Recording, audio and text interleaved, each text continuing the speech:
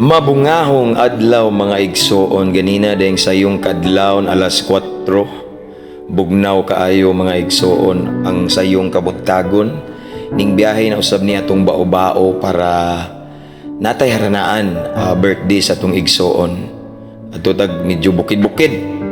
Medyo laylayo pero nara ni sa Clarin, Bohol. So naabot na ta sa ato ang location diri igsoon.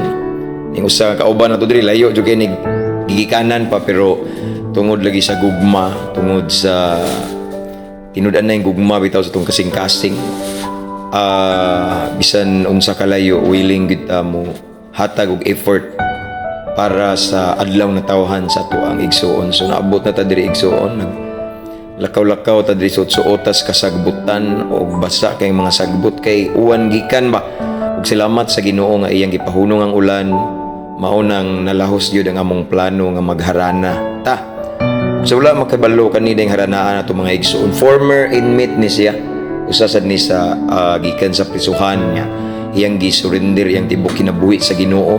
Ug karon nangalagad ni siya sa Ginoo. So mao ning giari na to ni igsoon. Dili man ni kaliwat nato pero atong gipabati ang tinud-an ng gugma diha kaniya. Ingon nga mga igsoon ta diha ni Kristo. So ninguban sa niya kung senior citizen nga amahan igsoon nga mag-81 na karong tuiga.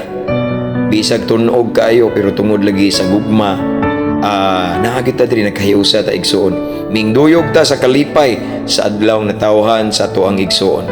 So atong gisugdan na atong kanta diri igsoon, atong gipadungog sa mabugnaw tingog nining mabugnaw kabuntagon ng ato ang birthday boy, birthday celebrant igsoon. So nagsugod na tagkanta diri pinanguluhan sa atong gitarista o worship leader nga si Dodong Ezra. Unya nagmata nagmata ang ato ang birthday celebrant. Ani nga time naminaw na si ani. And then nagpadayon tagkanta.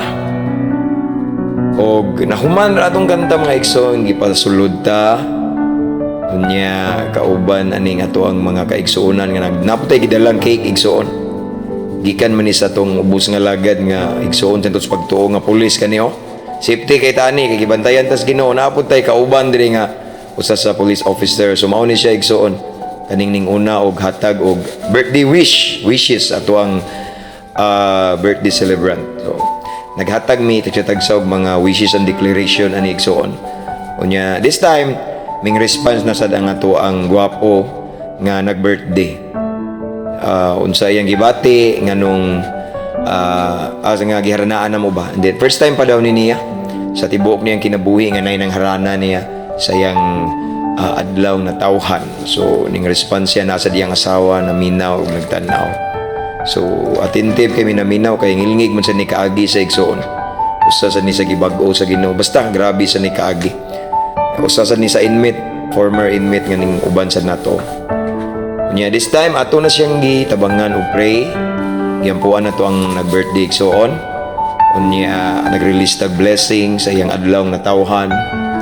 Kay grabe igsoon usa ni kadakong blessing niya gi-extensionan ang iyang kinabuhi na yung mga higayon sa una igsoon sa wala makabalo nga nag-igbugno ni siya sa kamatayon. Grabe ni siya kaagi apan still giproteksyonan gibag-o siya sa Ginoo og nakaabot siya sa iyang adlaw na tawhan. So mao na to na humana ang atong pag-ampo og nag-awit na ta diri mga igsoon og happy birthday sa ato ang birthday boy. God ever bless you. Happy birthday to you. Sabay whiskey mo na. So iyahan ang gihuyop ang kandila igsoon, okay? Kay mahuman naman tagkanta. So successful kayo and after this nangaon na ta.